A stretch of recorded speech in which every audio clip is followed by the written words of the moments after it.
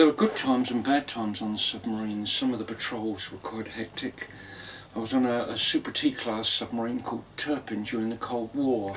I had a period jump because one of the radio operators had gone sick.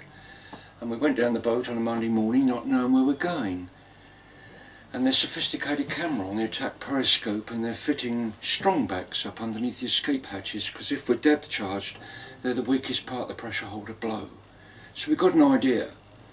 We then find out that we're going up around the Russian coast to do a bit of spying. 5 weeks into the patrol, we were depth charged unmercifully by a Russian ship. All the lights went out. You could hear a trickle of water coming in.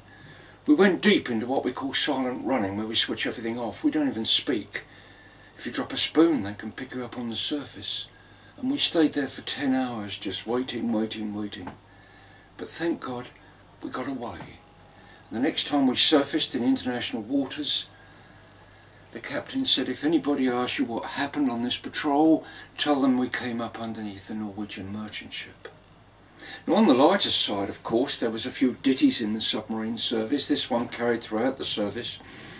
On the surface, submarines are what we call roll-on wet grass boats. As soon as it starts to get choppy, away they start to go. Submarine in the North Atlantic one night, on the surface, blowing a force 8, captain, officer, watch and look out upon the bridge, and the captain calls down the voice pipe for his steward to make him a mug of kai. Now, a mug of kai in the Navy is a mug of hot cocoa. So he makes it outside the wardroom at the sink and commences to walk 2 lots of ladders. Well, you can imagine. But when he gets onto the bridge, he's still got a full mug of hot cocoa. And the captain's looking down, he says, steward, on a terrible night like tonight, please tell me how you can get from the control room up onto the bridge and still have a full mug of hot cocoa. Steward bowed his head. He said, well, Captain, if you really want to know, when I start off at the bottom, I take a big mouthful, and when I get to the top, I spit it all back in again. Yeah, of course, that was a true story on board submarines. There was lots of little ditties and lots of funny little things happening, but that's the one that sort of reminds me.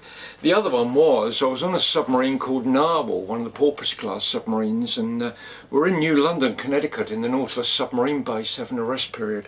And we go to sea, and the sonar operator picks up the QE2 coming over to New York, so the captain decides we're going to do a dummy attack on the QE2. Now, my job at attack stations in those days was on the attack periscope behind the captain, reading ranges and bearings. Well, it started off at many thousands of yards away. Down periscope, he's waiting. Up periscope, the bearing is that, the range is that. I said 749 yards. Down periscope, go deep.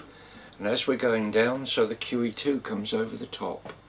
As it came over the top, my mate, who was on the chart table helping out the navigator, came over to me on the periscope, and he banged me in the ribs and he said, do you think they got better conditions than what we have, Terry?